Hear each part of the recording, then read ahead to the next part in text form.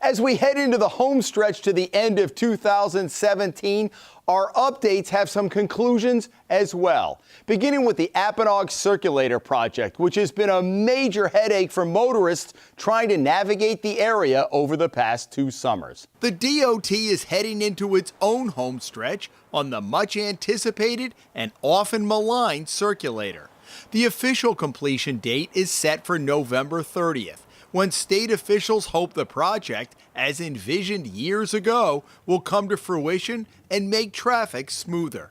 Our investigation last spring showed there were more than 100 accidents at the 5 intersections in the 6 months since initial sections of the project were opened, 4 at the time with rotaries, primarily fender benders caused by people confused about how to negotiate the traffic circles and who yields to whom. The summer brought more headaches than relief, as traffic was often backed up while crews continued to work.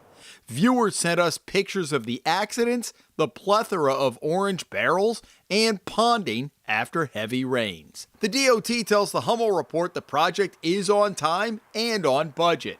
The revised budget of $71 million, not the $30 million project initially presented to the taxpayers. We first told you 4 years ago about a controversial asphalt plant right in the middle of Coventry, and the owner's pledge at the time to move out of that location. Well, last winter, that pledge turned into a reality, and last week we went to see how he was doing at his new location at Quonset. Owner Tom Maiozzi directed the move himself, part of it during the early stages of a snowstorm last winter.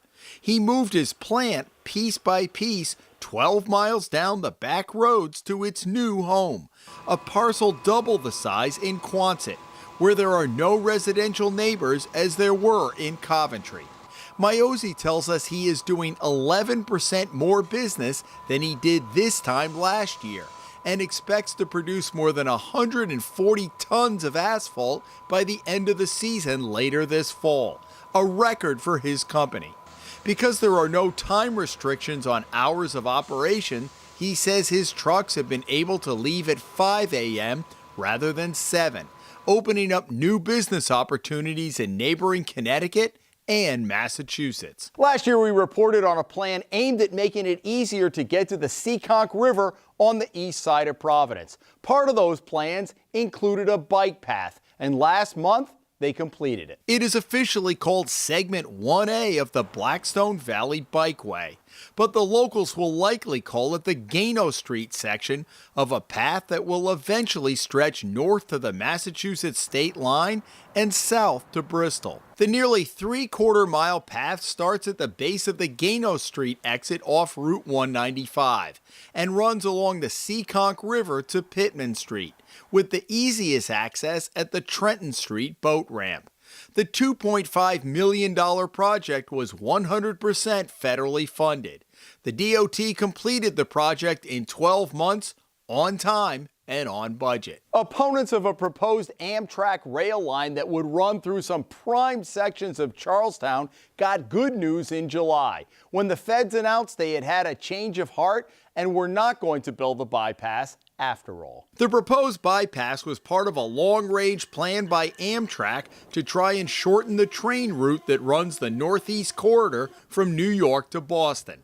The proposal called for a jog north of Old Saybrook and East Lyme that eventually would chew through farm and conservation land like this in Charlestown. Local leaders in both Connecticut and Rhode Island mounted strong opposition, arguing that the bypass wouldn't save any time.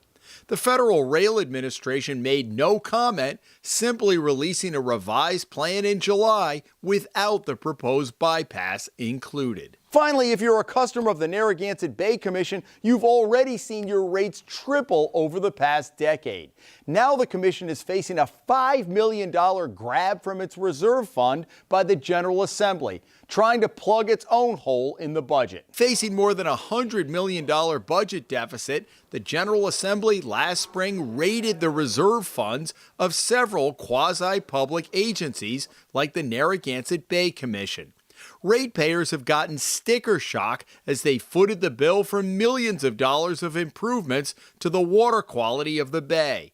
resulting in the cleanest water in more than a century. A commission spokeswoman tells us the NBC is likely to use some restricted funds and does not anticipate having to raise rates to cover the $5 million legislative scoop. But it first needs permission from the State Public Utilities Commission to transfer those funds. So what will be the big stories as we round out 2017? Well, part of that answer depends on you. If you have a tip or a story suggestion you'd like to pass along, send it directly and confidentially to me at jim@hummelreport.org.